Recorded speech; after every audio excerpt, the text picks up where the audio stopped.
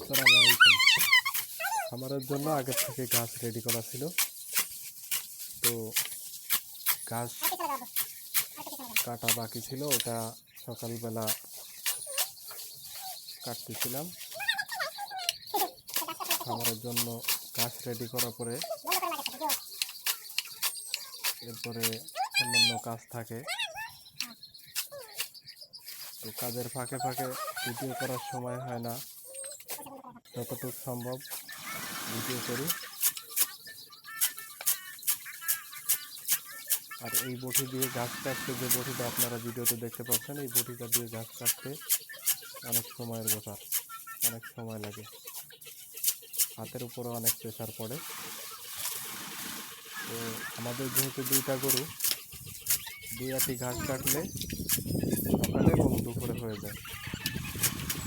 এরপরে নিজেদের অন্যান্য কাজ শেষ করে গরুর জন্য খাবার দিই। তো আজকে আমার দুইটা কাজের শিডিউল ছিল। একটা হলো গরু ঘাস রেডি করা, অন্য একটা কাজ ছিল আমার কিছু China three seedless China three লেবু গাছ ছিল, ওটার পরিচর্যা করা। তো খামারের কাজ শেষ করে চলে গেলাম। যাওয়ার পরে ওইখানে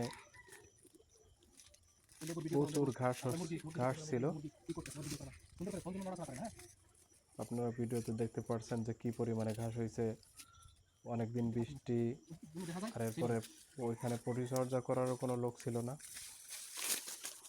তো আমি আসার পরে এই কাজগুলো শুরু করেছি। তো ভিডিওতে আপনারা দেখতে পাচ্ছেন, মাশাআল্লাহ, আলহামদুলিল্লাহ, লেবুর সাইজ। আর এবার লেবু অনেক পরিমাণে ধরছে আমাদের কাছে, সবার কাছেই ধরছে, আমাদের কাছেও ধরছে।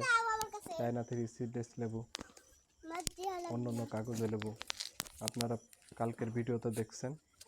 তো আজকের মতন এই পর্যন্তই। আপনারা আমাদের জন্য দোয়া করবেন, ইনশাআল্লাহ।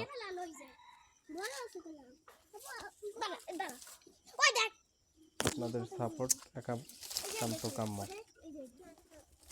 আসসালামু আলাইকুম।